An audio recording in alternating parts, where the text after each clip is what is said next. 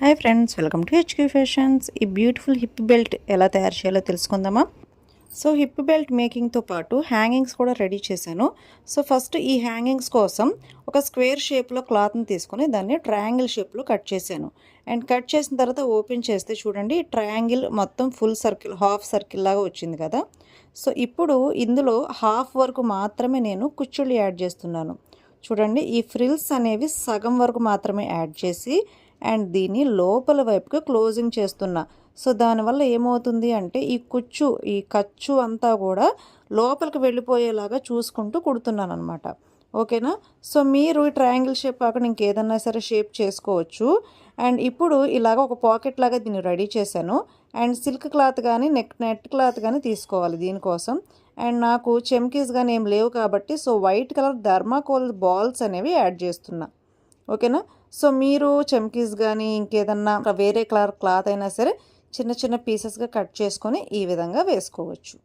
Okay. And net cloth కానీ silk cloth కానీ ఉంటేనే వీటికి అందంగా ఉంటాయి. సో లోపల ఉన్నవి బయటికి కనబడాలన్నమాట. సో అప్పుడే కదా అందంగా ఉంటాయి. అండ్ ఇప్పుడు ఇలా రెడీ చేసిన ఈ లోపల ఈ హ్యాంగింగ్కి థ్రెడ్ అనేది ప్రిపేర్ చేశాను.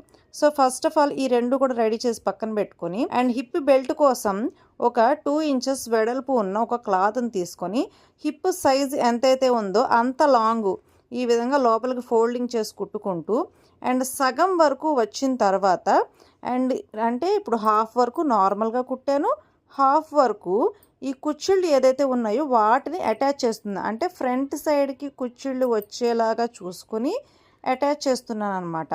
సో ఫ్రంట్ పార్ట్ ఏదైతే వస్తుందో అక్కడ నేను కుచ్చిళ్ళు పెడుతున్నా. అండ్ ఇప్పుడు దీన్ని ఉల్టాగా లోపల వైపుకి చిన్న ఫోల్డింగ్ అయితే పెట్టాను.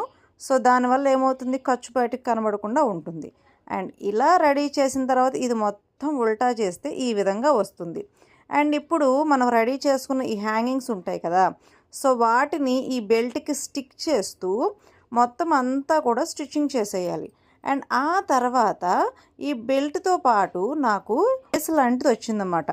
ఇది శారీలో వచ్చిన లేసు.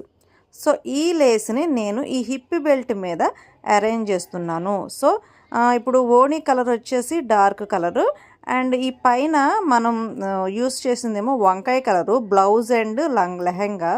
సో ఈ 2 కలర్ కాంబినేషన్లో నేనైతే బెల్ట్ ఈ విధంగా రెడీ చేశాను. అండ్ ఈ బెల్ట్తో పాటు లంగా ఓణి కూడా స్టిచ్చింగ్ చేశాను. సో ఆ వీడియోస్ చాలా వరకు అప్లోడ్ చేశాను, ఇంకా కొద్దిగా అప్లోడ్ చేయాలి.